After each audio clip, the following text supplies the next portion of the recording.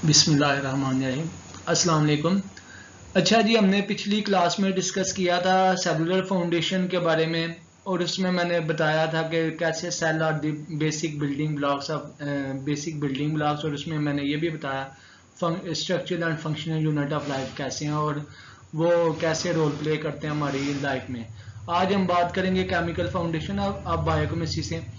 तो बायोकेमिस्ट्री में अब नाम से पता चला लाइफ और केमिस्ट्री के मतलब केमिस्ट्री ऑफ लाइफ है, तो इसमें हम बेसिकली केमिकल कौन से रोल प्ले करते हैं उसके मुतालिक बात करेंगे कि ऐसे कौन से केमिकल हैं जो कि हमारे लिए बहुत ज़्यादा ज़रूरी हैं हमारी लाइफ के लिए। जब हम फूड इनटेक करते हैं तो कौन से केमिकल आते हैं और कौन से अंदर जाके रोल प्ले करते हैं, क्योंकि अब हमारी बॉडी में डिफरेंट रिएक्शन टेक प्लेस हो रहे होते हैं। तो उन रिएक्शन वो जो से रिएक्शन होते हैं वही हमारी लाइफ को चलाते हैं, जैसे मैंने पहले बताया था। तो इसमें क्या आ जाता है कि मतलब अब जितनी भी बायोलॉजिकल फॉर्म है या फंक्शन है वो केमिकल टर्म्स में हम उनको एक्सप्लेन करते हैं। वो कैसे करते हैं कि मतलब अब हमारे में और नॉन लिविंग ऑर्गेनिज्म में क्या डिफरेंस है कि मतलब हमारे पास जो उनसे केमिकल रिएक्शन टेक प्लेस हो रहे होते हैं जो कि हमारी लाइफ को चला रहे होते हैं। इन केमिकल रिएक्शन में मतलब डिफरेंट केमिकल्स इन्वॉल्व होते हैं जो कि रोल प्ले करते हैं हमारी डिफरेंट रोल में, मतलब हमारी एनर्जी में, हमें मेटाबॉलिज्म वगैरह में या डिफरेंट जोन से पाथवेज इन्वॉल्व हैं उन सब में ये रोल प्ले कर रहे होते हैं। तो मतलब अब इसके ऊपर साइंटिस्ट ने वर्क किया था, जैसे उन्होंने मिनरल वर्ल्ड को कंट्रास्ट किया था प्लांट और एनिमल वर्ल्ड से, और इन्होंने कहा कि क्या कि प्लांट और एनिमल में कुछ कॉमन एलिमेंट्स होते हैं जो कि कार्बन, हाइड्रोजन, ऑक्सीजन और नाइट्रोजन वगैरह ये रोल प्ले करते हैं। अब उसके अलावा इन्होंने क्या बात की, बायोकेमिस्ट्री यूनिटी की बात की। बायोकेमिकल यूनिटी से क्या मुराद के मतलब, या मैंने वो पहले स्टार्ट पे बात की थी कि जैसे हम एवोल्यूशनरी कंजर्व्ड हैं कि मतलब हम इवॉल्व हुए हैं, मतलब सेम जैसे यूकेरियोट्स और आर्ची की मैंने बात की थी, उसमें क्या था कि सारे मिक्स मतलब एक ही लाइन से डाइवर्ट जो हैं। अब इसी तरीके से अब अगर हम उनकी मतलब केमिकल यूनिटी देखना चाहते हैं तो उन्होंने क्या किया, देखा कि ग्लूकोज मेटाबॉलिज्म या ग्लूकोज की ब्रेकडाउन जोन सी होती है जिसको हम बेसिकली ग्लाइकोलिसिस कहते हैं, वो एनिमल और प्लांट सेल यीस्ट में उन्होंने कंपैरिजन किया और देखा कि मतलब इसमें कौन कौन से ऐसे मेटाबोलाइट हैं या ऐसे कौन से पाथवे या स्टेप्स हैं जो कि कंजर्व्ड हैं। तो उन्होंने क्या देखा कि इन दोनों के जो उनसे केमिकल इंटरमीडिएट से या उसके अलावा जो उनसे यूजफुल इंजाइम थे वो सारे के सारे सेम थे। तो इससे हमें क्या पता चला कि हमारे दरमियान बायोकेमिकल यूनिटी होती है। ये क्योंकि अब केमिकली इवॉल्व हो रहे होते हैं। अब जो उनसे एंजाइम्स की अगर हम स्ट्रक्चर की बात करें वो अमाइनो एसिड से, अमाइनो एसिड है तो मतलब वो केमिकल वगैरह लिंक होते हैं उससे। तो बेसिकली उन्होंने क्या देखा, अब कंपैरिजन किया और कहा कि बायोकेमिकल या केमिकल यूनिटी होती है उनके हमारे दरमियान। तो इस तरीके से मतलब शुरू से लेके अब तक हमारे दरमियान यूनिटी और मेजर एलिमेंट जो से उन्होंने बताया वो कार्बन, हाइड्रोजन, नाइट्रोजन और ऑक्सीजन के बारे में बताया। नेक्स्ट है हमारे पास, अब ये पीरियोडिक टेबल की बात है तो इसमें इन्होंने बताया हुए हैं कुछ ऐसे एलिमेंट्स जो कि हमारी बॉडी में या हमारी लाइफ में सबसे ज्यादा रोल प्ले करते हैं। अब ये इन्होंने बल्क एलिमेंट बताया हुआ और ट्रेस एलिमेंट वो वाले हैं जो कि हमें कम मिकदार में चाहिए होते हैं, और बल्क एलिमेंट वो है जो कि हमें ज्यादा मिकदार में चाहिए होते हैं। जैसे अब इधर इन्होंने बात की है, अब मोस्टली जो से एलिमेंट्स है वो लाइट इन वेट है, मतलब उनके अगर वेट की बात की जाए या साइज की बात की जाए तो उनका साइज इतना लार्ज नहीं है। अब स्मॉल साइज का क्या बेनिफिट है ये आगे जाके मैं आपको बताता हूँ। तो मतलब ये वाले अब इसमें बेसिकली आप देख लें hydrogen, carbon, nitrogen, oxygen, sodium, potassium, sulphur, chlorine, और ये मतलब एलिमेंट जो से ये बल्क एलिमेंट है, ये रोल प्ले कर रहे हैं हमारी बॉडी में। अब ये कैसे रोल प्ले कर रहे हैं, अब हर एक का अपना अपना एक काम है।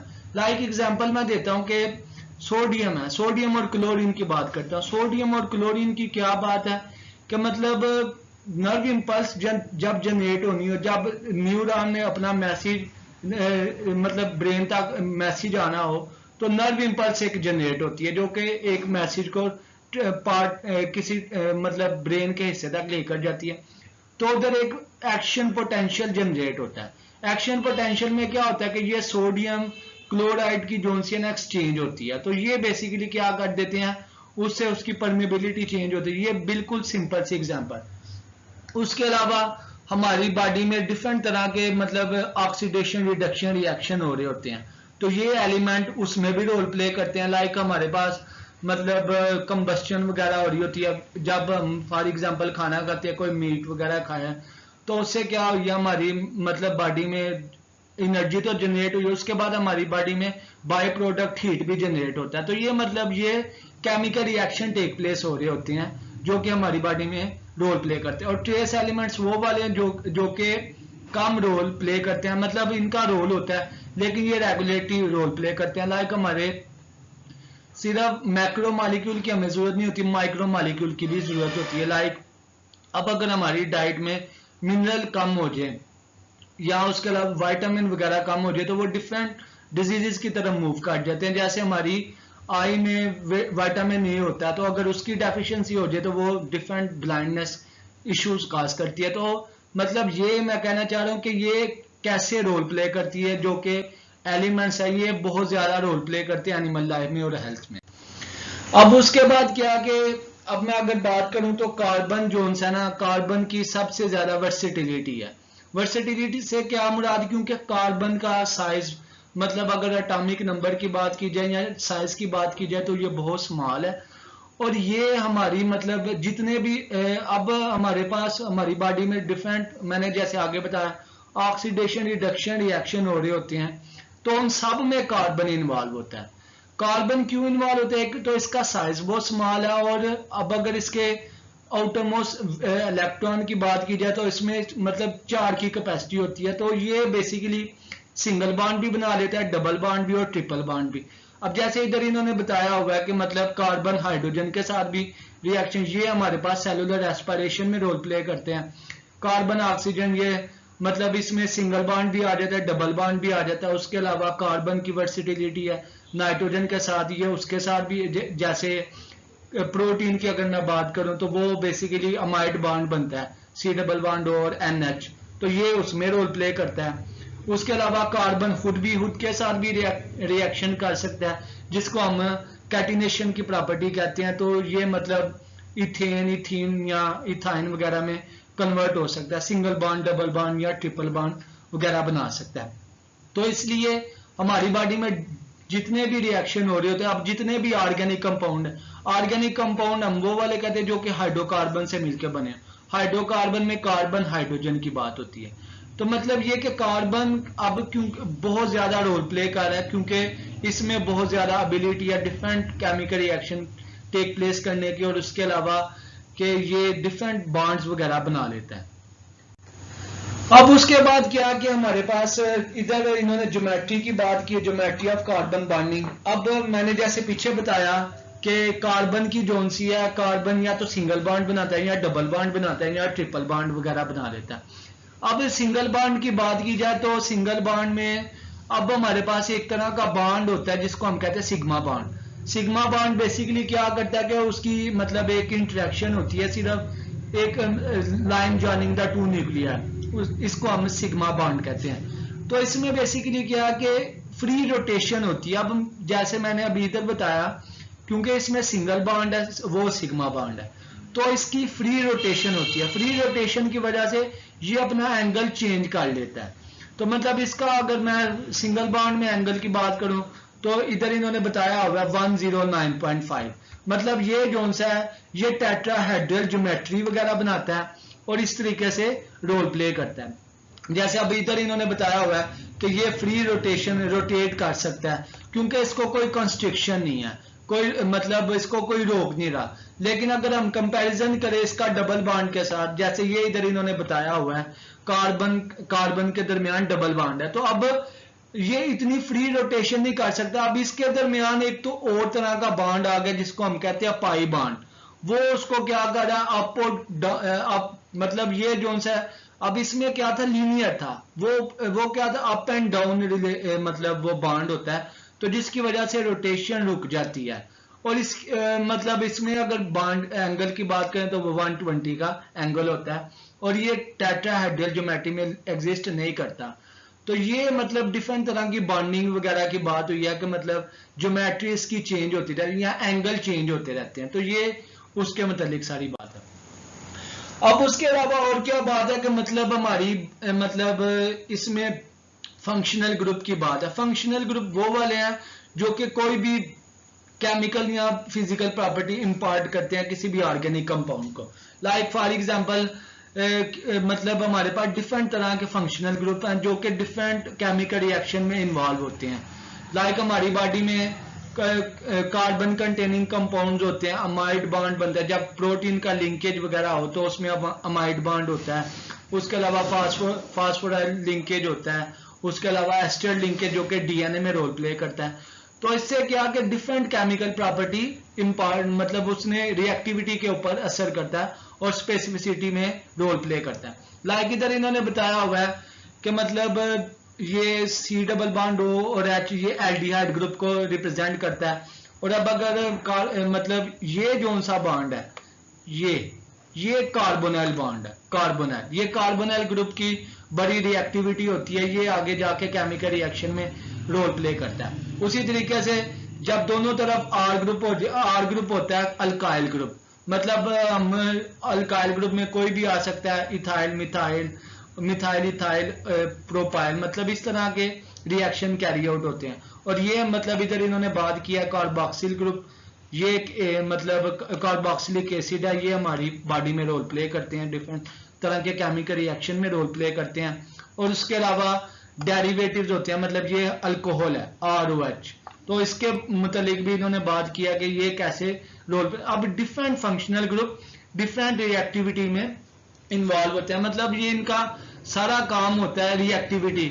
अब इसमें सब में हो क्या रहा है, इसमें बेसिकली हो रहा है कि जो अब क्योंकि ऑर्गेनिक कंपाउंड हाइड्रोकार्बन है, हाइड्रोकार्बन में कार्बन हाइड्रोजन, तो हाइड्रोजन को रिप्लेस कर देते किसी और कंपाउंड के साथ, और क्योंकि अब रिप्लेस हो गया तो वो उसकी रिएक्टिविटी को अफेक्ट करेगा। अब इसमें मतलब ये तो सिंपल सी बात है कि फंक्शनल ग्रुप कैसे रोल प्ले करते हैं। कुछ कंपाउंड्स ऐसे भी होते हैं या मॉलिक्यूल्स ऐसे भी होते हैं जो कि पॉलीफंक्शनल हो। पॉलीफंक्शनल से मुराद के मतलब उसमें बहुत ज्यादा फंक्शनल ग्रुप, मतलब हमारे पास डिफरेंट अभी तक इन्होंने एसिटाइल कोए की एग्जांपल बताई है, इसमें डिफरेंट हमारे पास अमाइड लिंकेजेस है, थायोएस्टर लिंकेज है, और उसके अलावा 2-3 और कंपाउंड है जो कि मतलब फंक्शनल ग्रुप हैं जो कि आके अटैच हुए हैं, और इन सब का फिर फर्दर रोल है। अब एसिटाइल कोए जो सा वो आगे रोल प्ले करता है सिट्रिक एसिड साइकिल में, तो मतलब ये जो सी साइकिल है ये एनर्जी के लिए बहुत ज्यादा जरूरी होती है, तो मतलब ये फंक्शनल ग्रुप। अब क्योंकि केमिकल रिएक्शन होना है तो केमिकल रिएक्शन के लिए सबसे पहले रिएक्टिविटी होना बहुत जरूरी है। जब तक रिएक्टिविटी नहीं है, अब अगर एक कंपाउंड है जो कि इनर्ट है, जो रिएक्ट ही नहीं कर रहा, तो आगे केमिकल रिएक्शन कैसे टेक प्लेस होगा। अब इधर इन्होंने बात बताई है कि मतलब कैसे ये जैसे एसिटाइल कोएंजाइम एक ही बात हो रही है। अब ये देखें, ये कार्बन का सल्फर के साथ रिएक्शन, मतलब बॉन्ड है इसका थायो, जिसको हम थायोएस्टर, जब भी सल्फर के साथ बॉन्ड बनेगा तो वो थायोएस्टर लिंकेज होता है। और इसके अलावा ये अमाइड बॉन्ड की बात हो रही है। अमाइड बॉन्ड से क्या मुराद, जो कि प्रोटीन वगैरह में अमाइड लिंकेज होता है, NH3 डबल बॉन्ड हो, तो इसी तरीके से वो लिंकेज रोल प्ले करते हैं। इसी तरीके से ये हाइड्रोक्सिल ग्रुप की बात हो रही है। और इसके अलावा फास्फो एनहाइड्राइड वो वाला का मतलब जब दो कंपाउंड या दो similar acyl reaction take place हो, जैसे इधर 2 फास्फोरस लगे हुए हैं वो आपस में रिएक्ट कर रहे हैं, तो वो ये बना रहे हैं फास्फो एनहाइड्राइड, और अमाइनो ग्रुप है और इसके अलावा फास्फोराइल ग्रुप है। तो मतलब ये कि डिफरेंट स्पेसिफिसिटी प्रोवाइड करते हैं। और ये नीचे बताया हुआ space filling model, space filling model से क्या मुराद है कि मतलब अगर हमने कोई डिफरेंट अरेंजमेंट वगैरह शो करनी है एटम की स्पेस में, स्पेस से क्या मुराद 3 डायमेंशनल स्पेस, तो वो कैसे वो हम शो करते हैं स्पेस फिलिंग मॉडल से, जिसमें मतलब वो डिफरेंट, अब जैसे ये डिफरेंट कलर से शो हुआ है, ये हम कह सकते हैं कि ये हाइड्रोक्सिल ग्रुप है, तो इन सब की कोई ना कोई, ये ब्लू वाला जोन सा हम इसको कह सकते हैं कि ये अमाइड लिंकेज है। तो ये कैसे आपस में इंटरेक्ट कर रहे हैं स्पेस में, इसके बारे में सारी बात हो रही है कि मतलब ये कैसे इंटरेक्ट करता है। उसके बाद ये है कि अब मैंने जैसे बता दिया कि different functional groups role play करते हैं, तो फंक्शनल ग्रुप के बाद अब हमारे पास बात आ जाती है, अब सेल में दो तरह के मालिक्यूल्स होते हैं, या तो स्मॉल मालिक्यूल होते हैं या लार्ज मालिक्यूल। स्मॉल मालिक्यूल को हम माइक्रो मालिक्यूल कहते हैं या मेटाबोलाइट भी कहते हैं, और जो large molecule, large in case, large in weight या मालिकुलर मास, तो वो हम बेसिकली कह सकते हैं कि उनको मैक्रो मालिक्यूल। अब ये जो उनसे स्मॉल मालिक्यूल है बहुत ज्यादा रोल प्ले करते हैं, लाइक हमारे पास ग्लूकोज है, अमाइनो एसिड है। अब अगर इनकी बात की जाए तो ये बहुत स्मॉल मालिक्यूल है, क्योंकि अब इनके स्ट्रक्चर की तरफ देखा जाए तो ये इतना कॉम्प्लेक्स स्ट्रक्चर नहीं है, तो ये रोल प्ले करते हैं मतलब जैसे अब अगर मैं बात करूं एंजाइम की, enzymes are protein in nature. Protein का आपको पता है कि वो मिलके बने हुए हैं अमाइनो एसिड से, तो ये मतलब जैसे ग्लाइकोलाइसिस की आगे मैंने बात की, उसमें क्या कि बेसिकली डिफरेंट एंजाइम्स इन्वॉल्व होते हैं, तो वो एंजाइम आगे रोल प्ले करते हैं। तो एंजाइम भी बेसिकली अमाइनो एसिड ही हैं, तो इस तरीके से वो रोल प्ले करते हैं, और ये बेसिकली साइटोसोल में अवेलेबल होते हैं, जो कि एक्वस फेज हो साइटोप्लाज्म का। और इसमें ये मतलब इनको हम बेसिकली ये जो से सेंट्रल मेटाबोलाइट हैं, ये बहुत ज्यादा रोल प्ले करते हैं, और ये कंजर्व्ड है थ्रू आउट एवोल्यूशन। और इसके अलावा इन्होंने बात की कि मतलब प्लांट्स में इन मेटाबोलाइट के अलावा एक और मेटाबोलाइट होता है जिसको हम सेकेंडरी मेटाबोलाइट कहते हैं, जो कि आगे फर्दर रोल प्ले करता है, लाइक सेंट वगैरह में और डोर में। तो मतलब ये स्मॉल मॉलिक्यूल आगे फर्दर रोल प्ले करते हैं। और जब हम इनकी इंटायर कलेक्शन की बात करें तो इसको हम कहते हैं मेटाबोलोम। मेटाबोलाइट से निकला है मेटाबोलोम, और इनकी अगर हमने स्टडी करनी हो तो वो बेसिकली करेक्टराइजेशन करनी हो तो हम उसको कहते हैं मेटाबोलोमिक्स। तो मतलब ये कि ये जो उनसे स्मॉल मॉलिक्यूल्स हैं या ग्लूकोज है जैसे, या मैंने अमाइनो एसिड की एग्जांपल दिया, तो वो बेसिकली रोल प्ले करते हैं डिफरेंट सर्कमस्टांसेस में। तो ये उनको इन सब के कलेक्शन को, मेटाबोलाइट के कलेक्शन को मेटाबोलोम कहते हैं, और अगर हमने इसको करेक्टराइज करना हो तो वो मेटाबोलोमिक्स एक आगे फील्ड है जो कि इनको स्टडी करने के लिए होती है। उसके अलावा अब नेक्स्ट बात है कि मैक्रो मॉलिक्यूल की बात है। मैक्रो मॉलिक्यूल जो है ये मेजर कंस्टिट्यूएंट ऑफ सेल है। लाइक हमारी बॉडी में अगर हम बात करें प्रोटीन है, उसके अलावा कार्बोहाइड्रेट है, और उसके अलावा लिपिड वगैरह की बात हो रही है, और न्यूक्लिक एसिड की बात हो रही है, ये सारे मैक्रो मॉलिक्यूल में आ जाते हैं। अब आगे हमने इनके बारे में बहुत ज्यादा डिटेल में स्टडी करनी है। तो इसमें बेसिकली क्या आ जाते हैं, प्रोटीन आ जाती है, उसके अलावा कार्बोहाइड्रेट आ जाते हैं, न्यूक्लिक एसिड आ जाते हैं, और उसके अलावा लिपिड आ जाती है। और इसमें बेसिकली क्या कि ये मैक्रो मॉलिक्यूल क्यों कहते हैं कि ये मोनोमर्स से मिलकर बनती है, मतलब monomers combined to form polymers. तो पॉलीमर्स, अब इनके मॉलिक्यूलर मास की बात की जाए तो ये अबव 5000 होते हैं, that are somewhere from relatively simple precursor का मतलब वो स्मॉलर सब यूनिट कंबाइन करते हैं और लार्जर सब यूनिट में फर्दर रोल प्ले करते हैं। अब सबसे पहले इधर इन्होंने बात किया प्रोटीन। अब प्रोटीन की मैंने पहले बात कर दी कि ये अमाइनो एसिड की चेन से मिलकर बने होते हैं। अब मतलब हमारे पास एक चेन होती है पॉलीपेप्टाइड चेन, वो चलती आती है, वो आगे मतलब हमारे पास एक मतलब एक अमाउंट में आ जाए ना तो उसको हम बेसिकली कहते हैं प्रोटीन। लाइक हमारे पास 100 पॉलीपेप्टाइड चेन्स वगैरह आ जाए तो वो मिलके बना देती है प्रोटीन वगैरह। तो ये हमारी बॉडी में रोल प्ले करती। अब मैं अगर सेंट्रल डोगमा की बात करूं, सेंट्रल डोगमा ऑफ लाइफ का आपको पता होगा कि मतलब डीएनए से आरएनए बनता है, आरएनए वो मतलब एमआरएनए वो आगे से प्रोटीन बना देती है। तो इसमें बेसिकली क्योंकि अब डीएनए के पास मैसेज है, उसने मैसेज लेकर जाना है कि ये फलां प्रोटीन बना दो, तो वो आगे जाके उस एमआरएनए को मैसेज इनकोड करेगा, एमआरएनए फिर वो आगे फर्दर जाके प्रोटीन बना देगा। तो मोस्टली हमारी सेल में जितने भी रोल है ये मोस्टली प्रोटीन ही रोल प्ले कर रही होती है। तो अगर हम इनकी सम प्रोटीन की बात करें तो उसको हम प्रोटियोम कहते हैं। प्रोटियोम, जब सब प्रोटीन को हम सम अप कर लेते हैं गिवन सेल में। और उसके अलावा अब अगर हमने इसकी करेक्टराइजेशन करनी है तो वो प्रोटियोमिक्स वगैरह हम उसको कहेंगे प्रोटियोमिक्स। ओमिक्स का मतलब ये कि मतलब वो जैसे मेटाबोलोमिक्स की बात है उसी तरीके से प्रोटियोमिक्स की बात है। अब अगर हम आगे डीएनए की बात करें उसमें जीनोमिक्स आ जाता है, लिपिड की बात करें लिपिडोमिक्स, और इसके अलावा मतलब डिफरेंट रोल प्ले करते हैं। तो इसी तरीके से मतलब सेल के अंदर प्रोटीन रोल प्ले करती है, लाइक सेल सिग्नलिंग कंपोनेंट में मोस्टली प्रोटीन रोल प्ले करती है। उसके अलावा कार्बोहाइड्रेट के साथ कंबाइन कर जाती है, इंफॉर्मेशन मॉलिक्यूल में रोल प्ले करती है। तो इस तरीके से प्रोटीन आगे फर्दर रोल प्ले करती है। उसी तरीके से न्यूक्लिक एसिड है, न्यूक्लिक एसिड में डीएनए और आरएनए। अब क्योंकि डीएनए का हमारा जेनेटिक मटेरियल का है, तो डीएनए नहीं सारा मतलब वो जेनेटिक मटेरियल लेकर आना है और इसी के पास सारी इंफॉर्मेशन होगी कि मतलब क्या करना है आगे जाके, कि कौन सी प्रोटीन, फॉर एग्जांपल डेवलपमेंट हो रही है तो डेवलपमेंट में आपको पता है कि डिफरेंट प्रोसेसेस होते हैं, लाइक मतलब अभी ये वाली प्रोटीन बनानी, ये वाली डेवलपमेंट में रोल प्ले करती है कि मतलब ये नर्व सेल बनाने हैं या कौन से, अब ये सारा प्रोटीन के ऊपर होता है। तो प्रोटीन बनाने का कोड जो सा वो डीएनए के पास होता है, डीएनए के पास इंफॉर्मेशन होगी, वो इंफॉर्मेशन डी कोड होती है, फिर उसके बाद जाके प्रोटीन में कन्वर्ट होती है। तो बेसिकली इसी का ही मतलब बात हो रही है। और उसके अलावा पॉलीसेकेराइड की बात है, पॉलीसेकेराइड का आपको पता है कि मतलब इसमें बहुत ज्यादा ग्लूकोज यूनिट आके कंबाइन करते हैं तो वो आगे कॉम्प्लेक्स मतलब शुगर बना लेते हैं। जैसे हमारे पास सेलुलोज है, स्टार्च है, ग्लाइकोजन वगैरह, ये सारे पॉलीसेकेराइड है।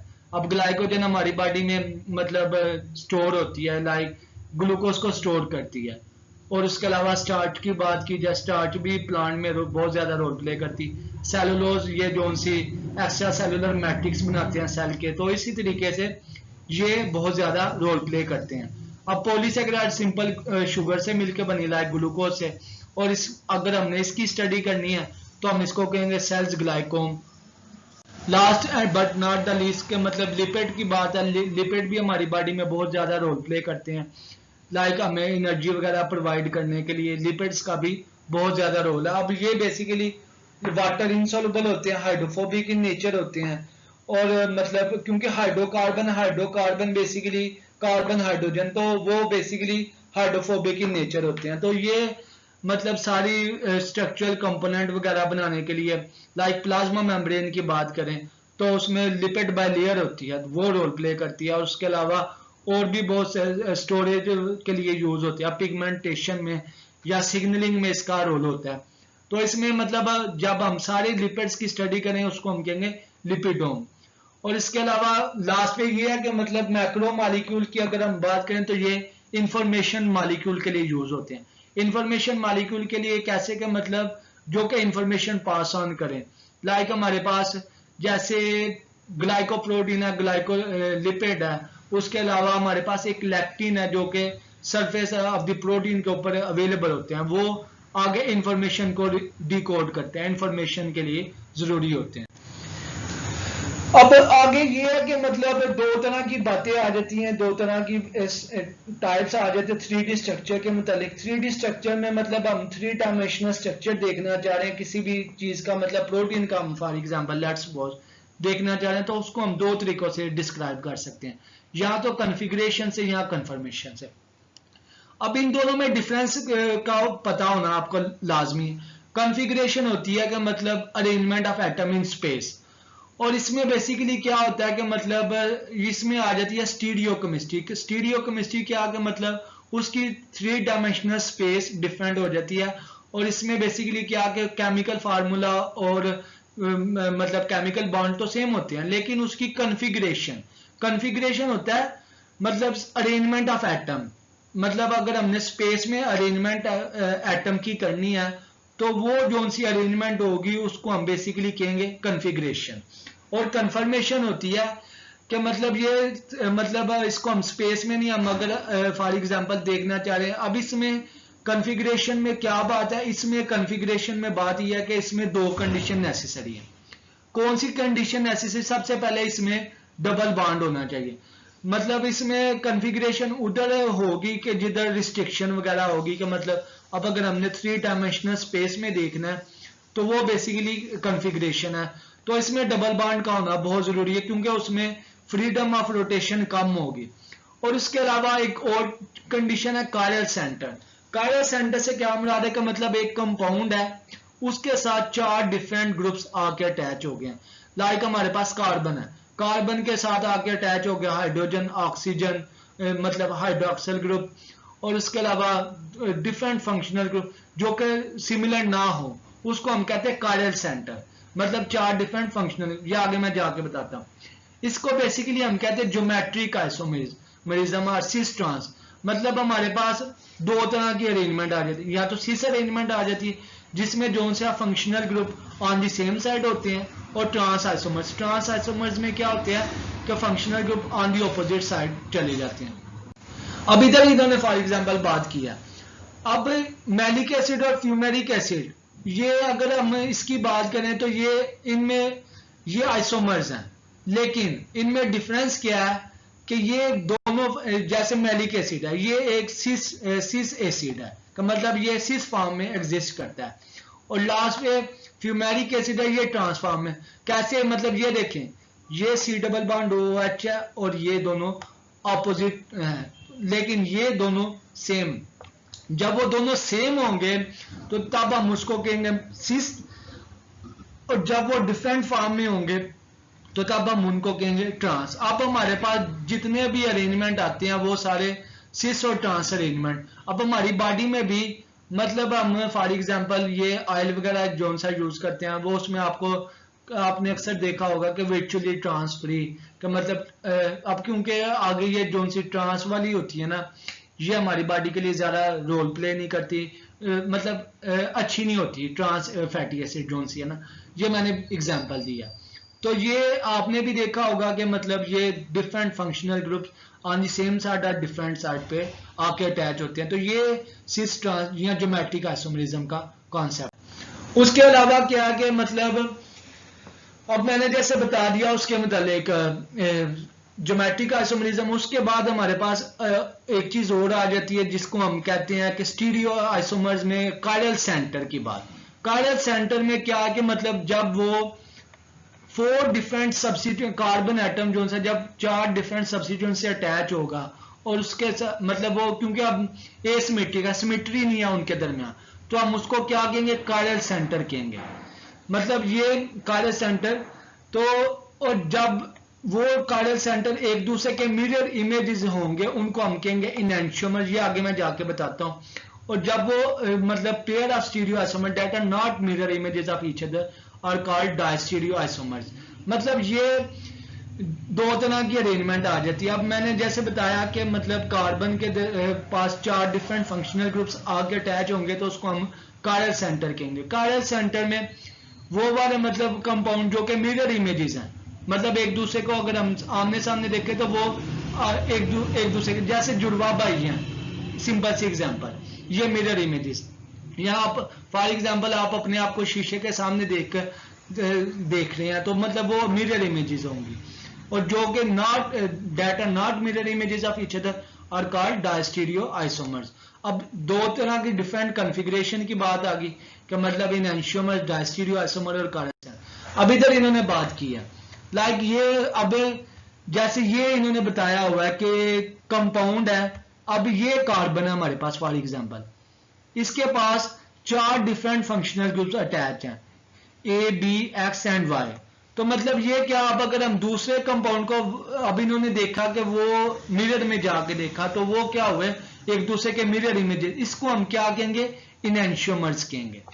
लेकिन अभी अब ये बी वाली फिगर देखें, इसमें क्या है, 2 कंपाउंड हमारे पास सेम है, मतलब ये वाला और ये वाला सेम आ गया, तो ये मिरर इमेजेस नहीं है, तो हम इसको कायरल सेंटर नहीं कह सकते।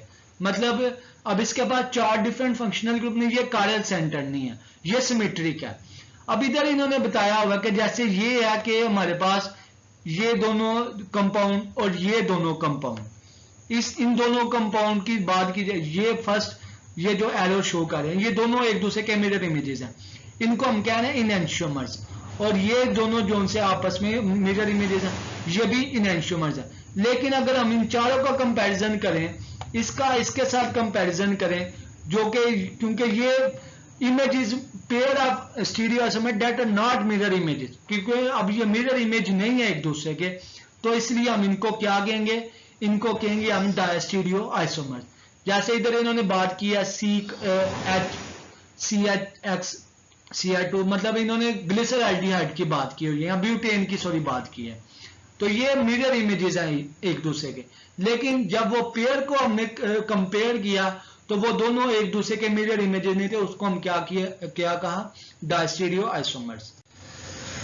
लास्ट पे कंफर्मेशन के बारे में। कंफर्मेशन मतलब ये सिंगल बॉन्ड के इर्द गिर्द होती है, अब इसमें फ्री रोटेशन होती है। अब उधर मैंने बात की कि कॉन्फ़िगरेशन में डबल बॉन्ड का होना, जब हमने किसी कॉन्फ़िगरेशन को मतलब वो डिस्टर्ब करना हो तो उसके दरमियान बॉन्डिंग को ब्रेक करना होगा क्योंकि वो डबल बॉन्ड है।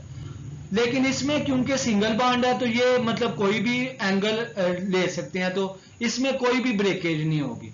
तो मतलब ये different position in space. Confirmation का आपको समझ आ गया कि मतलब वो ये मतलब स्पेस में है लेकिन इसमें सिंगल बॉन्ड है। लेकिन कॉन्फ़िगरेशन की बात की जाए तो कॉन्फ़िगरेशन में डबल बॉन्ड इन्वॉल्व हो जाता है, तो उसमें बॉन्ड ब्रेकिंग होती है। इसमें इधर इन्होंने बात की है, सिंपल एग्जांपल दी हुई है इथेन के। इथेन में क्या आ जाता है कि मतलब अब इथेन का अगर हम फार्मूला बताएं, C2H6 की बात हो रही है, तो उसमें क्या कि ये सिंगल बॉन्ड है, तो सिंगल बॉन्ड की वजह से इनमें फ्री रोटेशन है, तो फ्री रोटेशन की वजह से वो डिफरेंट शेप अटेन कर सकता है। वो शेप्स दो तरह की हो सकती है, या तो एक्लिप्स हो सकती हैं या स्टैगर्ड हो सकती हैं। एक्लिप्स और स्टैगर्ड में क्या डिफरेंस आ जाता है, स्टैगर्ड में क्या कि मतलब वो जो से कार्बन हाइड्रोजन बॉन्ड है ना, वो एक दूसरे से मतलब मैक्सिमम सेपरेटिंग या अलाइन हुए हैं, क्या उनके दरमियान डिस्टेंस है ताकि उनकी रोटेशन फ्री हो जाए। लेकिन एक्लिप्स के केस में क्या है कि वो मतलब वो आसपास है तो उनके दरमियान कोई हिंड्रेंस काज होती है जिसकी वजह से वो मतलब सही तरीके से रोटेट नहीं कर पा रहे होते। इसी वजह से जो सी स्टैगर्ड कन्फर्मेशन है वो ज्यादा फेवरेबल है एज कम्पेयर टू एक्लिप्स। और हर मतलब 180 के 120 के एंगल के बाद ये रोटेशन चेंज होती जाती, पहले स्टैगर्ड फिर एक्लिप्स फिर स्टैगर्ड फिर एक्लिप्स। ये अब इधर इन्होंने बात की है, लाइक ये इधर इन्होंने बात किया एक्लिप्स कन्फर्मेशन की। एक्लिप्स कन्फर्मेशन में ये देखें कि ये हाइड्रोजन बॉन्ड एक दूसरे हाइड्रोजन जोन से हैं, ये आपस में एक दूसरे के करीब हैं। आपस में एक दूसरे के करीब होने की वजह से इनमें रिपल्शन ज्यादा हो जाएगी। रिपल्शन ज्यादा होने की वजह से ये मतलब एक दूसरे को दूर करेंगे, रिपेल करेंगे, तो मतलब इनकी एनर्जी वगैरह इंक्रीज कर जाएगी। लेकिन अगर हम इधर की बात करें स्टैगर्ड कन्फर्मेशन में, स्टैगर्ड कन्फर्मेशन में क्या कि अब ये मैक्सिमली अलाइन कर रहे हैं, मैक्सिमली अलाइन होने की वजह से इनमें मिनिमम रिपल्शन होगी और ये सही तरीके से रोटेट कर सकते हैं। तो इसकी वजह से वो क्या कर रहे हैं, रोटेशन ज्यादा है तो ज्यादा कन्फर्मेशन अटेन होगी, लेकिन अब क्योंकि इधर रोटेशन कम है तो इधर कन्फर्मेशन भी कम होगी। इसकी वजह से क्या है कि मतलब डिफरेंट ज्योमेट्री में फर्क पड़ता है, यहाँ स्टेरिक हिंड्रेंस काज हो जाती है। स्टेरिक हिंड्रेंस वो वाली है कि मतलब वो जो कि जिसकी वजह से रिपल्शन काज हो, वो स्टेरिक हिंड्रेंस है। तो ये दोनों के बारे में है कि दो तरह की कन्फर्मेशन आ जाती है, एक्लिप्स और स्टैगर्ड कन्फर्मेशन। और लास्ट पे अगर मैं बात करूं इंटरेक्शन बिटवीन बायोमॉलिक्यूलर स्टीरियोस्पेसिफिक। स्टीरियोस्पेसिफिक का मतलब क्या है कि मतलब वो उनकी कोई ना कोई स्टीरियो केमिस्ट्री होती है कि जैसे हम फॉर एग्जांपल मैं देता हूं कि कोई एंजाइम है, फॉर एग्जांपल उसने क्या करना है कि किसी सबस्ट्रेट के साथ रिएक्ट करना है, तो वो एंजाइम किसी स्पेसिफिक सबस्ट्रेट के साथ रिएक्ट करें, उसकी कोई ना कोई मतलब बाइंडिंग साइट होगी या स्टीरियो केमिस्ट्री होगी, उसके साथ कोई चार्ज ग्रुप होगा, तभी वो जाके अटैच होगा। लाइक इसकी एग्जांपल मैं ऐसे देता हूं कि मतलब हमारे राइट हैंड ग्लव जो है वो लेफ्ट हैंड में नहीं आ सकता, तो मतलब क्योंकि उसके लिए कंफर्मेशन उसकी डिफरेंट है, तो इसी वजह से जो सी बायोमॉलिक्यूल की इंटरेक्शन होती है वो स्टीरियोस्पेसिफिक। इसी तरीके से लाइगेंड रिसेप्टर की बाइंडिंग होती है, एंटीजन एंटीबॉडी बाइंडिंग होती है, और इसके अलावा हमारे पास एंजाइम का सबस्ट्रेट के साथ फॉर एग्जांपल इंटरेक्शन होता है, वो स्टीरियोस्पेसिफिक होता है। अब जब तक वो फिट नहीं आएगा किसी की मतलब एंजाइम के पास अब क्या होती है, एक्टिव साइट होती है, तो जब तक वो एक्टिव साइट में फिट नहीं आएगा तब तक वो स्टीरियो मतलब वो सही तरीके से इंटरेक्ट नहीं कर सकता। तो ये मतलब स्टीरियो केमिस्ट्री बहुत ज्यादा मैटर करती है। जब भी एंजाइम ने किसी मतलब सबस्ट्रेट के साथ रिएक्ट करना हो तो वो स्टीरियो स्पेसिफिक इंटरेक्शन होती है।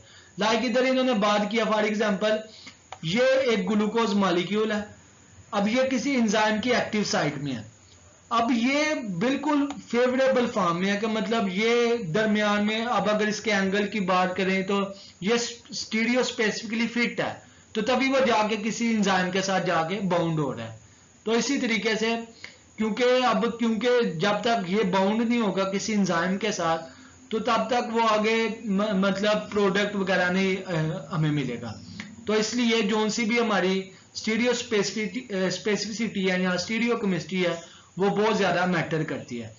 तो ये था हमारे पास केमिकल फाउंडेशन ऑफ बायोकेमिस्ट्री, जिसमें मैंने मतलब काफ़ी मतलब इसके बारे में बताया कि कैसे वो रोल प्ले करती है हमारी बॉडी में। तो नेक्स्ट टाइम हम इंशाल्लाह बात करेंगे physical foundation of biochemistry. Thank you so much.